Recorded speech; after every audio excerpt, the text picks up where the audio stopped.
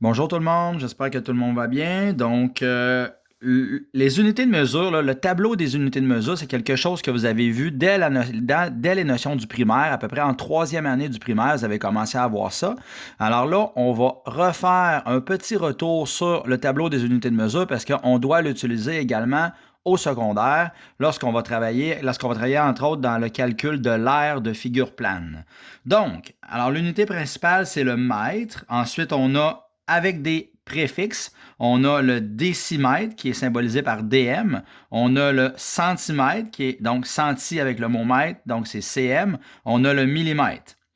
Après ça, dans les unités plus grandes que le mètre, on a encore des préfixes qui existent pour ça. On a le décamètre, donc symbole DAM, mais c'est décamètre. On a le HM qui est l'hectomètre et on a le KM qui est le kilomètre.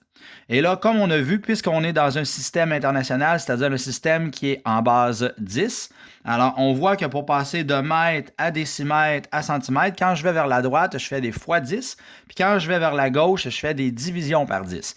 Alors, regardez, effectue les changements d'unité de mesure demandés dans chacun des cas suivants. Je suis à la page 178, et là, donc, je vais faire mon cours numéro 1 sur mon cours numéro 1 du chapitre 12. Donc, si je te dis 100 décimètres, c'est égal à quoi en mètres? Donc, tu pars de 100 décimètres et là, tu aimerais savoir l'unité précédente en mètres, ça fait combien? Alors, je suis le sens des flèches, je vais faire 100 divisé par 10. Bien, 100 divisé par 10, ça va donner 10. Alors, 100 décimètres, c'est vraiment 10 mètres. Après ça, si on regarde, je pars d'un autre 15 km. Alors, 15 km, je vais écrire 15 dans ma colonne des kilomètres et j'aimerais l'avoir en décimètres. Donc, j'aimerais l'avoir ici. Alors, qu'est-ce que je vais faire? C'est que je vais faire un fois 10 une première fois. Ça va me donner 150. Je vais faire un fois 10 une deuxième fois. Ça va me donner 1500. Je vais faire un fois 10 une troisième fois, ce qui va me donner 15 000 et finalement un re 10 qui va me donner 150 000 décimètres. Évidemment, j'ai déjà abordé ce sujet-là un petit peu précédemment dans l'année scolaire. Alors ici, si je veux y aller en une seule étape, OK, si je veux y aller en une seule étape au lieu de faire un bond à la fois, je pourrais faire un bond, deux bons, trois bons, quatre bons. Et là, étant donné que je fais 4 bons, c'est l'équivalent de faire x10, x10, x10, x10, 4 fois consécutives. Alors, je peux utiliser la calculatrice et y aller en un seul bond. J'écris 15 sur ma calculatrice et je fais x10.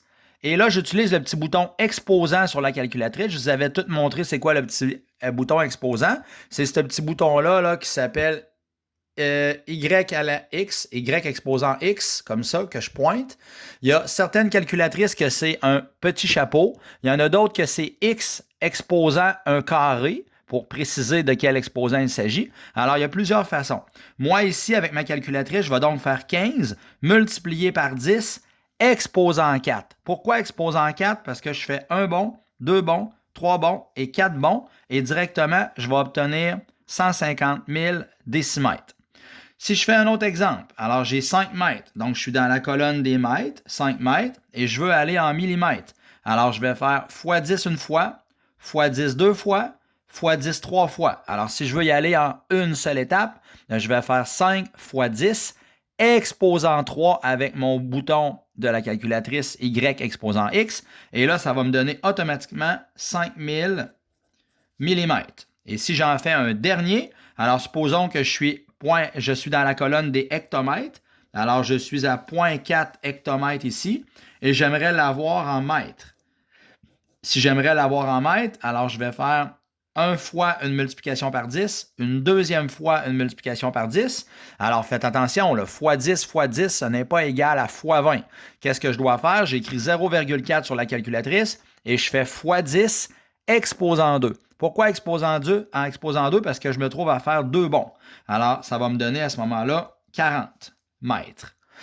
Là, j'ai toujours fait avec des multiplications. Supposons que j'essaie d'en faire un avec une division. Alors, si je vais avec une division, je vais y aller, supposons que je suis en un instant, on dirait que c'est toutes des unités que je dois aller. OK, celui-là. Supposons que j'ai 76 mm. Alors, 76 mm, je suis ici. dans la colonne des millimètres et j'aimerais le mettre en décimètres. Alors, je dois m'en aller dans cette colonne-là. Donc, étant donné que je m'en vais vers la gauche, je vais faire diviser par 10 une première fois et diviser par 10 une deuxième fois. Si je veux y aller en une seule étape, je vais écrire 76 sur la calculatrice, diviser par 10, exposant 2. Pourquoi exposant 2? Parce que je me trouve à faire 2 bonds pour me rendre à la colonne des décimètres et ça va donner 0,76. Alors, donc, je crois que vous allez être capable de faire les exercices pour la section des unités de mesure. Maintenant, si je regarde les unités d'air, donc prenez la page suivante à la page 179. Alors, si je regarde les unités d'air, c'est le même principe. Alors, qu'est-ce que j'ai fait pour les unités d'air? Remarquez que j'ai mis toutes les unités au carré. Alors, on a le mètre carré, le décimètre carré, le centimètre carré, le millimètre carré. Ensuite, on a le décamètre carré, l'hectomètre carré et le kilomètre carré. Et là, qu'est-ce qui se passe? C'est que, étant donné que j'ai mis toutes les unités au carré, bien, le facteur qui était multiplié par 10 et divisé par 10, je dois lui aussi le mettre au carré. Et là, c'est la raison pour laquelle, quand je fais 10 au carré, bien, les bons, à ce moment-là, ça va être des fois 100 quand je m'en vais vers la droite et des divisés par 100 quand je m'en vais vers la gauche. Alors, regardez, supposons que je pars avec mon premier, j'ai 1300 mm². Alors, je pars, j'ai 1300 mm² et j'aimerais le mettre en centimètres carrés. J'aimerais avoir la réponse en centimètres carrés. Alors, j'écris 1300 sur ma calculatrice. Et là, comme je m'en vais vers la gauche, je vais faire diviser par 100. Donc, diviser par 100, c'est l'équivalent d'enlever 2 zéros si je veux. Alors, au pire, tu le calcules à la calculatrice, ce qui va donner 13 cm. Alors ici, je n'ai pas eu besoin de faire avec mon exposant puisque c'était un seul bon. Supposons que j'en fais un autre, alors j'ai 0,45. Donc, je pars de 0,45 mètres carrés et j'aimerais aller en millimètres carrés. Alors là, si je veux aller là, on s'entend que je pars d'ici dans la colonne des mètres et là, c'est un bon, 2 bons, 3 bons que je dois exécuter. Mais là, 3 bons, faites attention, c'est des bons de 100. Alors, si je veux y aller en une seule étape, je vais écrire 0,45 sur ma calculatrice. Je vais multiplier par 100 parce que chaque bon, c'est des bons de 100. Mais comme j'ai 1, 2, 3 bons, je vais exposant 3. Donc, je vais faire 0,45 fois 100 exposant 3. Ce qui va me donner 450 000. Donc, 0,45 m² correspond à une équivalence de 450 000 mm².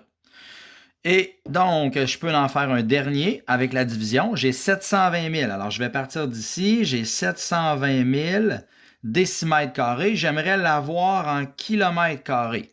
Donc là, je dois aller vers la gauche. Je vais faire 1 divisé par 100 une première fois, une deuxième fois, une troisième fois et une quatrième fois. Alors, je vais écrire sur ma calculatrice 720 000.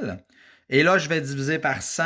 Je répète pourquoi je divise par 100 parce que c'est des unités à la 2. Donc, le facteur est donc 10 au carré qui est équivalent à 100. Et là, je divise par 100. Et comme j'ai 1 bon, 2 bons, 3 bons, 4 bons, alors je fais diviser par 100 exposant 4, ce qui va me donner 0,0072 km². Alors, écoutez, je crois qu'avec les explications que j'ai données, vous allez être capable de faire les exercices. Simplement retenir que quand les unités, c'est des unités de mesure standard, qu'il n'y a pas d'unité au carré, bien, c'est des fois 10 divisé par 10. Et quand nous avons des unités au carré, c'est-à-dire des unités d'air, alors là, ça va être un fois 100 divisé par 100 parce que le facteur multiplicatif a été élevé au carré lui aussi. Alors là, je vais vous demander de faire les exercices à la page 183, s'il vous plaît. Merci. Bye bye.